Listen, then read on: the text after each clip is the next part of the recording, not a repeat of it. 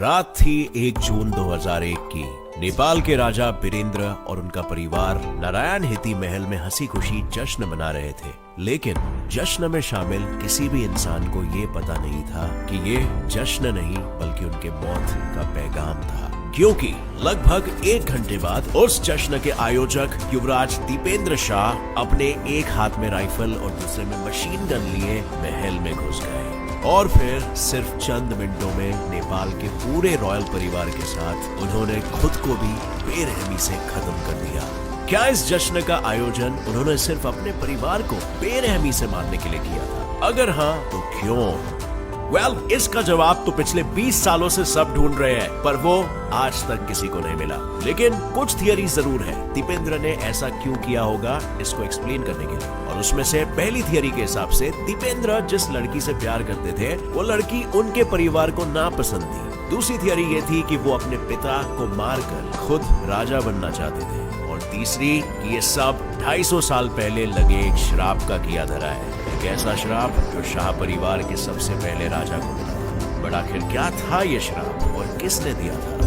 और अगर हम थियरीज की बात कर ही रहे हैं तो हम उस इंसान को नहीं भूल सकते जिसका इसमें सबसे ज्यादा फायदा होना था। ज्ञानेंद्र शाह, राजा वीरेंद्र के छोटे भाई, जिन्हें इस पूरे हादसे में बिल्कुल कुछ नहीं हुआ और आगे जाके वो नेपाल के नए राजा बन गए। तो क्या असली कातिल ज्ञानेंद्र ही थे? हेलो फ्रेंड्स, मैं हूं गौरव और आज इन्हीं सारी थियरीज और सवालों को सुलझा के हम जानेंगे कि क्यों और किसने नेपाल की रॉयल फैमिली का कत्लेआम किया। In our today's video title, why did the Prince of Nepal organized a royal massacre? सबसे पहले तो हमें ये जानना होगा कि उस रात असल में हुआ क्या था। दरअसल शाह परिवार का एक ट्रेडिशन था, हर महीने में एटलीस्ट 2 बार मिलते ही थे। लेकिन उस 1 जून की बात कुछ अलग थी, क्योंकि उस पार्टी की पूरी जिम्मेदारी दीपेंद्र ने खुद पर ही ली थी। वो हफ्तों पहले से सभी को कॉल करके पूछ रहे थे कि वो पक्का पार्टी में आने वाले हैं कि नहीं। और तब सभी को यही लगा कि दीपेंद्र खुद पार्टी के प्लान से कितने एक्साइटेड थे। लेकिन असल में किसी को ये नहीं पता था कि दीपेंद्र पार्टी नहीं बल्कि कुछ और चीज का प्लान कर रहे थे। फिर आया पार्टी का दिन और ज्यादातर लोग 8 बजे तक आ गए थे और सभी ने ये नोटिस किया कि दीपेंद्र बहुत ज्यादा पी रहे थे। लेकिन किसी ने भी उन्हें रोकने की कोशिश नहीं की, क्योंकि सबको पता था कि दीपेंद्र पीकर भी खुद को संभाल सकते थे। लेकिन एक समय के बाद वो सबके सामने गांजा पीने लगे, ये भूल के कि उन्हें अपने बड़े बुजुर्गों और परिवार के सामने सिगरेट तक पीना अलाउड नहीं था। और वैसे तो परिवार के दूसरे लोगों ने उन्हें तब नहीं देखा, पर जैसे ही उनके भाई निरंजन और कजिन पारस की नजर उन पर पड़ी, तब वो दीपेंद्र को उठाकर कमरे में लेकर गए और उसके कुछ 40 मिनट गुजरते ही दीपेंद्र अपनी मिलिट्री यूनिफॉर्म पहने और दोनों हाथों में बंदूक लिए वापस बाहर आए और सीधा अपने पिता को गोलियों से छल्ली कर दिया। इसके बाद वो एक एक करके अपने परिवार के हर सदस्य को मौत के घाट उतारने लगे। और बस देखते ही देखते सिर्फ 1.5 मिनट के अंदर हर कोई सदस्य खून में लथपथ पड़ा हुआ था। कुछ जख्मी थे तो कुछ लोगों ने तो वहीं पर ही दम तोड़ दिया था। और ये सब करने के बाद दीपेंद्र ने बंदूक खुद के सर पर ठान ली और गोली चला दी। लेकिन दीपेंद्र ने आखिर ऐसा दिल दहला देने वाला कदम क्यों उठाया? जैसे हमने बात की थी कि इसके पीछे कई थियरीज हैं। पहली थियरी है युवराज दीपेंद्र का लव अफेयर। जब दीपेंद्र इंग्लैंड में थे तब वहां पर उनकी मुलाकात हुई थी देवयानी राणा से। वो नेपाल के एक ऐसे खानदान से थी जो कि नेपाल के रॉयल फैमिली से भी ज्यादा अमीर थे, पर फिर भी दीपेंद्र के परिवार ने उनकी शादी के लिए साफ इनकार कर दिया। उसकी वजह शाह और राणा परिवार का इतिहास। दरअसल ये दोनों खानदान नेपाल के रॉयल और अमीर खानदानों में से थे, पर दोनों हमेशा से एक दूसरे के खून के प्यासे रहे थे, जिसका गवाह नेपाल का पूरा इतिहास है। और इसीलिए दीपेंद्र के परिवार का मानना था कि अगर दीपेंद्र और देवयानी की शादी हुई तो कई जूने पुराने मुद्दों को और जख्मों को फिर एक बार खुरेड़ा जाएगा, और जिस वजह से दीपेंद्र का परिवार नाकाम कोशिशें करता है दीपेंद्र को समझाने की। यहाँ तक एक बार उन्होंने एक ज्योतिष को बुला के दोनों की कुंडलियां भी मिलाई, जिसके बाद बिना किसी साइंटिफिक एविडेंस के ज्योतिष ने कह दिया कि देवयानी शाही परिवार को वारिस नहीं दे पाएगी। और इसी के बेसिस पर दीपेंद्र के परिवार ने बिना कुछ सोचे समझे उसके प्यार को ठुकरा दिया और ये घोषित कर दिया कि देवयानी दीपेंद्र के लिए आइडियल वाइफ नहीं है। और इसीलिए लोगों का ये कहना है कि इसी बात से गुस्सा होकर दीपेंद्र ने अपने पूरे परिवार का कत्ल कर दिया।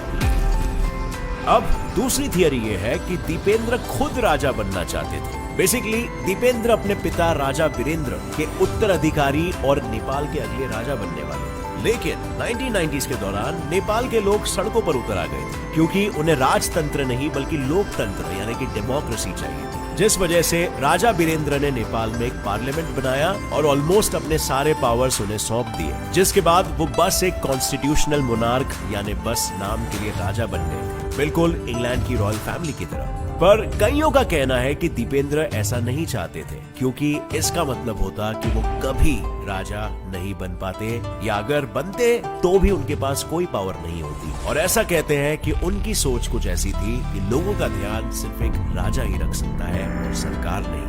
अब ये थियरी काफी सारे ग्राउंड्स पर बेबुनियाद लगेगी, क्योंकि नेपाल में चल रहे सिविल वॉर्स के दौरान दीपेंद्र खुद इंग्लैंड में थे और वो वहां से भी नेपाल के लोगों को और अपने पिता के डिसीजन को सपोर्ट ही कर रहे थे। यहाँ तक कि उनकी माँ ने जब उन्हें एक लेटर भेजा था ये कहते हुए कि अपने पिता को समझाओ कि ऐसा ना करे, वो अपनी सारी ताकत गंवा रहे हैं, तब भी ईटॉन कॉलेज में पढ़ने वाले दीपेंद्र के प्रोफेसर के अनुसार दीपेंद्र ने कहा कि अगली बार से उनकी माँ द्वारा आए हुए ऐसे कोई भी फैक्ट्स वो उन्हें ना दे।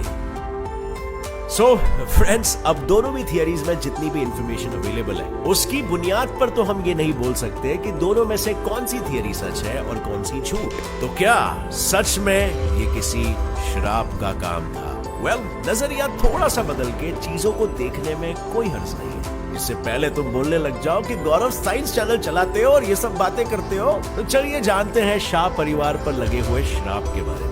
दरअसल ये श्राप करीबन 250 साल पहले शाह राजवंश के पहले राजा पृथ्वी नारायण शाह को दिया गया था। जब एक दिन जंगल में टहलते हुए राह में उनकी मुलाकात एक साधु से हुई। वो साधु और कोई नहीं बल्कि भेष बदलकर योगी गोरखनाथ थे, जिन्हें नेपाल के लोग और शाह परिवार भगवान की तरह पूजते थे। लेकिन राजा पृथ्वी नारायण इस चीज से वाकिफ नहीं थे। फिर भी उस साधु को दक्षिणा के रूप में उन्होंने एक दही का कटोरा दिया।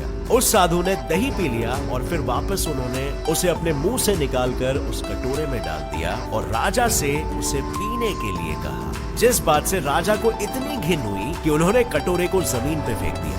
और ये देखकर योगी गोरखनाथ गुस्सा हो गए और उन्होंने राजा पृथ्वी नारायण को श्राप दे दिया कि उनके पैरों की जितनी उंगलियों पर दही गिरा है ना, सिर्फ उतनी ही पीढ़ियों तक उनके राजवंश का राज रहेगा। यानी उनकी सिर्फ 10 पीढ़ियां ही राज करेगी और 11वां राजा आखिरी राजा होगा। माहौल छा चुका था, जिसके कारण ज्ञानेंद्र को अपने पद से नीचे उतरना पड़ा और जिसके साथ शाह राजवंश का हमेशा हमेशा के लिए अंत हो गया। लेकिन अब जब ज्ञानेंद्र शाह की बात छेड़ी चुकी है, तो चलिए बात करते हैं उनकी थियरी के बारे में। ज्ञानेंद्र 1950 में पहले भी एक बार नेपाल के राजा बने थे, लेकिन उस दौरान नेपाल में हालात कुछ गंभीर थे और ज्ञानेंद्र की उम्र बस 3 साल की थी। लेकिन शायद उसी के बाद उनके सर पर गद्दी को पाने का जुनून सवार हो गया। तो क्या उसी वजह से उन्होंने अपने परिवार का कत्ल किया? और अगर नहीं तो उस हादसे में इन्हें क्यों कुछ नहीं हुआ? वेल, हुआ कुछ यूं कि उस रात ज्ञानेंद्र ही परिवार में के एक में वो ऐसे सदस्य थे जो उस जश्न में शामिल नहीं हुए थे। वो किसी काम से पोखरा गए थे, लेकिन उनकी पत्नी और दोनों बच्चे उस रात महल में ही थे। अब आप सोचो उनके साथ क्या हुआ होगा। वेल, उन तीनों को बस सिर्फ कुछ चोटें आई, पर वो तीनों के तीन जिंदा बच गए। अब अगर ये सब कुछ ज्ञानेंद्र ने प्लान नहीं किया हुआ था, तो एक ऐसा हादसा जिसमें शामिल ज्यादातर लोगों की मौत हो गई, उसमें इन तीनों के तीनों को कैसे कुछ नहीं हुआ? और अब जो राजा वीरेंद्र और उनके दोनों बेटे मर चुके थे, तो एक ही इंसान था जो राजगद्दी संभाल सकता था। यस, सही कहा, ज्ञानेंद्र शाह। जैसे ही वो राजा बन गया, उसने पार्लियामेंट को रद्द कर दिया और खुद को नेपाल का एब्सोल्यूट रूलर घोषित कर दिया। पर नेपाल के लोगों को जितना उनके भाई पसंद थे, उतना ही उन्हें ज्ञानेंद्र नापसंद था। लेकिन हम ज्ञानेंद्र नहीं चाहते। ज्ञानेंद्र नहीं चाहते? क्यों नहीं चाहते? क्यों नहीं चाहते ज्ञानेंद्र को? वो हमको अच्छा नहीं लगता है। क्यों चाहता है? दो नंबर है, तस्करी है। जिसके कारण लोगों के मन में ज्ञानेंद्र और उस हादसे को लेकर अलग अलग थियरीज बनने लगी और ये माना जाने लगा कि ज्ञानेंद्र के पास राजा और उनके परिवार को मारने का सबसे बड़ा मोटिव था, और अगर उसने ये सब नहीं किया तो सिर्फ उसका परिवार ही कैसे सही सलामत बच गया, और क्यों सिर्फ वही उस रात वहां पर मौजूद नहीं था।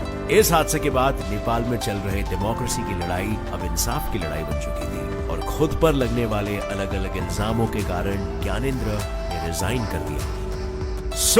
एक मिनट, दीपेंद्र या ज्ञानेंद्र, आखिर किसने मारा नेपाल की रॉयल फैमिली को? वेल फ्रेंड्स, आज तक लोगों ने हमेशा यही माना है कि दीपेंद्र अपने पूरे परिवार को नहीं मार सकते थे, और इस बात को मानने के पीछे के कुछ एक्चुअल फैक्ट्स और रीजंस भी है। जैसे कि लोगों का ये कहना है कि दीपेंद्र जब गोलियां चला रहे थे तब महल में काम करने वाले नौकर या सिक्योरिटी गार्ड्स सब उस समय कहां पर थे।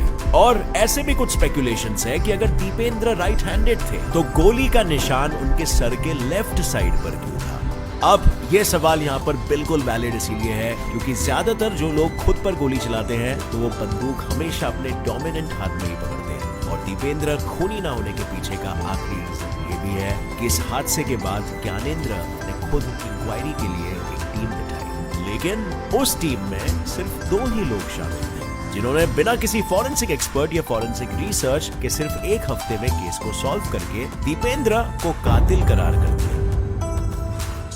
पर पब्लिक एक डिटेल्ड इंक्वायरी की डिमांड कर रही थी, फिर भी क्यों कोई डिटेल्ड और ऑफिशियल इंक्वायरी नहीं की गई? लेकिन कुछ ऐसे भी फैक्ट्स मौजूद है जो ये प्रूव करते हैं कि असल में ये सब के पीछे दीपेंद्र का ही हाथ था। दरअसल ये चीज से हर कोई वाकिफ है कि दीपेंद्र अपने गुस्से और स्ट्रेस को अच्छे से हैंडल नहीं कर पाते थे, और साथ ही वो काफी समय एंटी डिप्रेसेंट्स पर भी थे।